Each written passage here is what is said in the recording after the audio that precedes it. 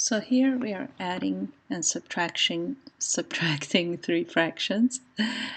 So we need to get a common denominator. In order to get a common denominator, we have to factor each of our denominators. The first two cannot be factored.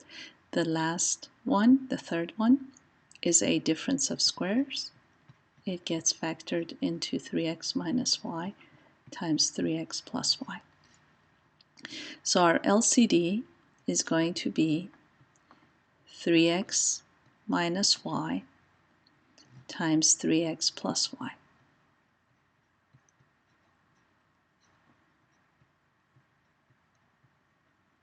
I'm just going to write LCD for these other ones just for the sake of time.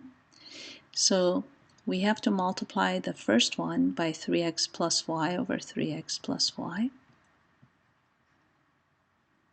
over itself. I'm just going to put ditto for itself. Okay, and the second one by 3x minus y over itself. So ditto.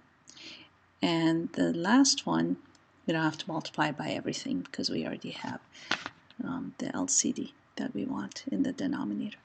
So we have to distribute this 2x to both of these terms. 2x times 3x, 2 times 3 is 6, x times x is x squared, plus 2x times y is 2xy.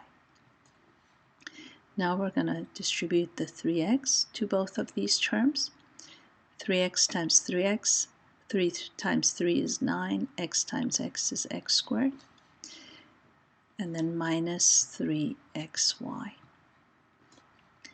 And then here we have nothing to distribute, so it's just 3y squared. The thing to be careful with over here is this minus sign. Once we write everything over our LCD, we're going to just rewrite the first one. But then here, this negative sign, this minus sign, has to get distributed to both of these terms, to both of these signs. They both have to change. So we get minus 9x squared, and then negative times negative is positive 3xy. Be careful about that. A lot of people forget about doing that. And then plus 3y squared. Now we're going to clean up. We're going to see combine like terms. So we have a 6x squared and then minus 9x squared. That's negative 3x squared. Then we have 2xy plus 3xy. That's a total of 5xy.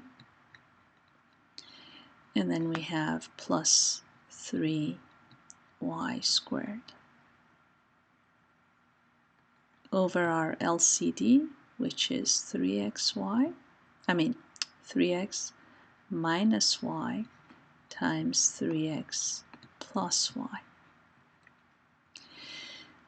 We look to see if we could factor out the numerator to see if maybe we can reduce. Okay, so multiplying negative 3 by 3 gives us negative 9. We want two numbers that multiply to give us negative 9 and add to give us 5.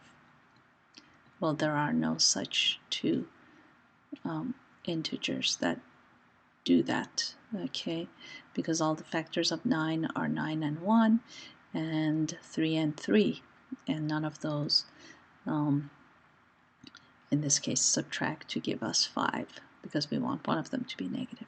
So that's it. This is our answer.